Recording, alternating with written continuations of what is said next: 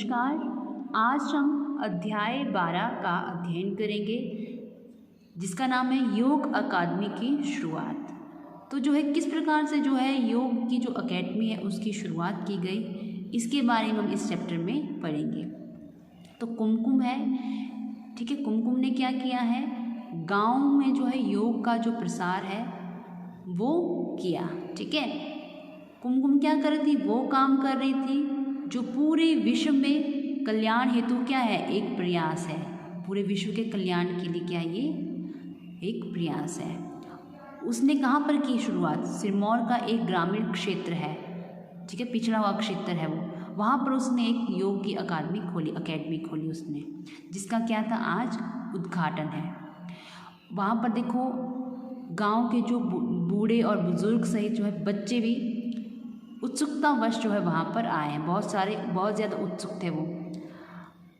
और जो अकेडमी का जो उद्घाटन कौन कर रहे थे, महर्षि दयानंद कर रहे हैं। और महर्षि दयानंद के पधारने पर पूरा क्षेत्र जो है उनकी जय जयकार से गूंज उठा और उन्होंने क्या किया, अकेडमी का जो उद्घाटन है वो फीता काट कर किया।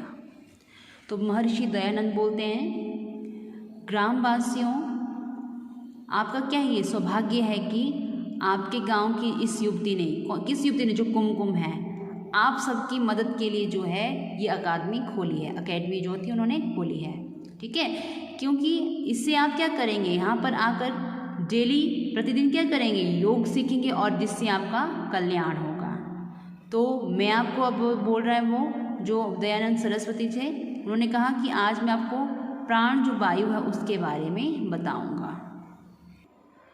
ग्रामीण जो व्यक्ति होते हैं वो क्या करते हैं, उन्हें सुनने के लिए जो टेंट हाउस में वहाँ पर कुर्सियाँ लगी थी वहाँ पर बैठ जाते हैं। तो महर्षि दयानंद बोलते हैं, प्राण क्या है, एक शक्ति है जो पूरा ब्रह्मांड है उसके चेतन होते हैं सजीव, ठीक है, सजीव प्राणियों में पाई जाती है, मतलब जीवित प्राणियों में पाई जाती है प्राण, ठीक है। मतलब कि बिल्कुल सिंपल शब्दों में हम कह सकते हैं कि प्राण को हम वायु कहते हैं। प्राण क्या है, शक्ति, प्राण शक्ति क्या है, एक है। इसी प्राण शक्ति को उनके संस्थान और कार्यों के विविध नाम दिए गए हैं। मानव शरीर, जो मानव शरीर है ना, मनुष्य का शरीर है, उसमें 5 प्रकार के प्राण और उपप्राण पाए जाते हैं। 5 प्राण हैं और 5 उपप्राण होते हैं। तो कुमकुम बोल रहे हैं, स्वामी जी जो 5 प्राण हैं वो इस प्रकार से, तो कुमकुम बता रही कौन कौन से हो, प्राण, अपान, उदान, समान और बयान, ठीक है। ये 5 प्राण हैं। प्राण का तात्पर्य है शरीर में जो कंठ है, गले से हृदय तक जो है वायु करता है, उसे हम कहते हैं प्राण वायु। जो आप हमारा गर्दन से कंठ से लेकर गले से लेकर हृदय तक जो वायु कार्य करता है उसे हम कहते हैं प्राण वायु, ठीक है। इसका स्थान क्या है, हृदय क्षेत्र माना गया है प्राण वायु का स्थान।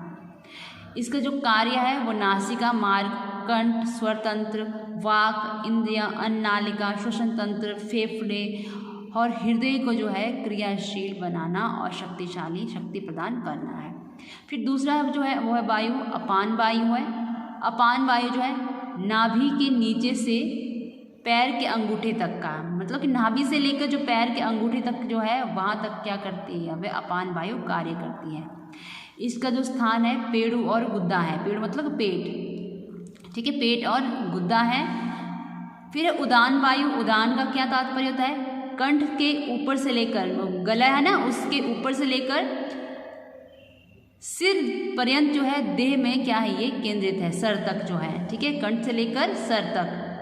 कंठ से ऊपर शरीर के समस्त अंग जैसे नेत्र है, नासिका और संपूर्ण मुखमंडल को ये क्या करता है, ऊर्जा और आभा प्रदान करता है, ठीक है। फिर अगला समान वायु, समान वायु क्या करता है, हृदय के नीचे से जो है नाभि पर्यंत तक, जो हृदय है ना हमारा, हृदय से लेकर नाभि तक जो है वहाँ तक जो है शरीर में ये क्रियाशील रहता है समान वायु, जिसमें यकृत, आंत, प्लीहा और अग्नाशय सहित जो है संपूर्ण पाचन तंत्र की जो आंतरिक कार्य प्रणाली होती है, अंदरूनी जो कार्य प्रणाली होती है उनको क्या करता है, नियंत्रित करता है। फिर लास्ट है वायु का 5वीं वायु वो है बयान।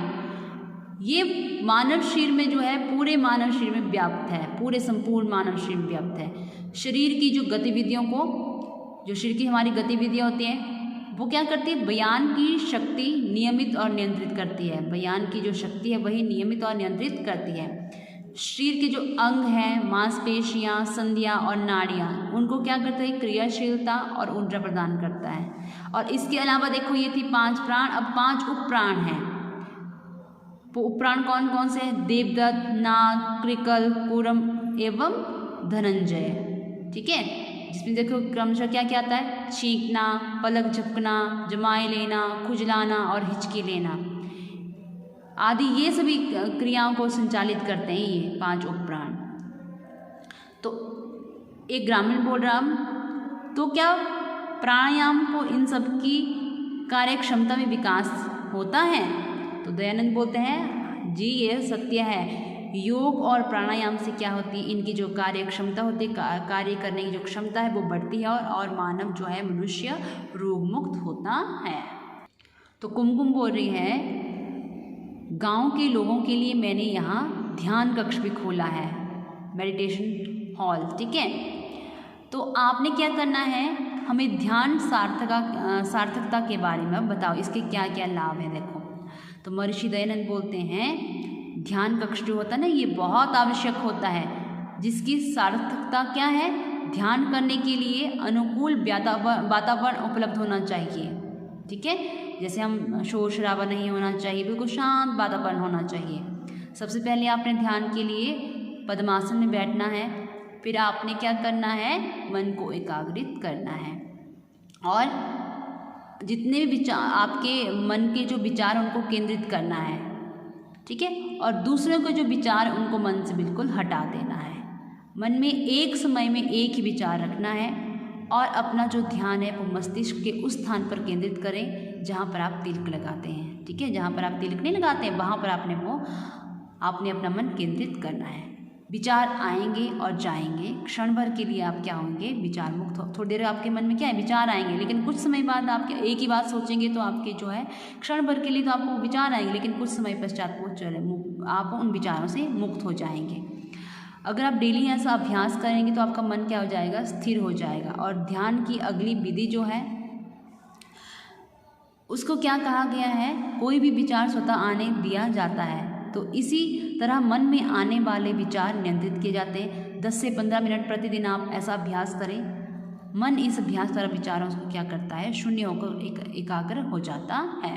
फिर ग्रामीण बोलते हैं तब तो ये तो हमारी क्या है, आध्यात्मिक उन्नति का मार्ग प्रशस्त करेगा। महर्षि दयानंद बोलते हैं हाँ, आध्यात्मिक उन्नति का जो मूल है वो क्या है, समाधि है। ठीक है, आध्यात्मिक उन्नति का मूल क्या है, समाधि है।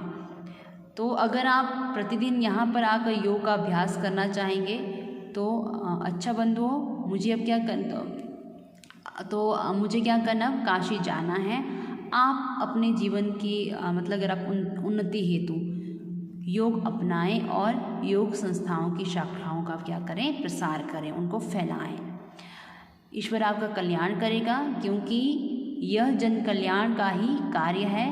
फिर वो कुमकुम को बोल रहे हैं, कुमकुम बेटी इसी प्रकार ग्रामीण क्षेत्रों के योग की पौध लगाती रहो और तुम्हारा क्या होगा, कल्याण होगा। यह कहकर महर्षि दयानंद चले जाते हैं और ग्रामीण इसके बाद डेली वहाँ पर क्या करते हैं, योग अकेडमी में आकर योग सीखने लगे और कई वर्षों से जो है ग्रामीण स्वस्थ और रोग मुक्त जीवन बिता रहे हैं तथा योग शिक्षा के प्रसार में जुटे हुए हैं, उसको फैलाने में जुटे हुए हैं।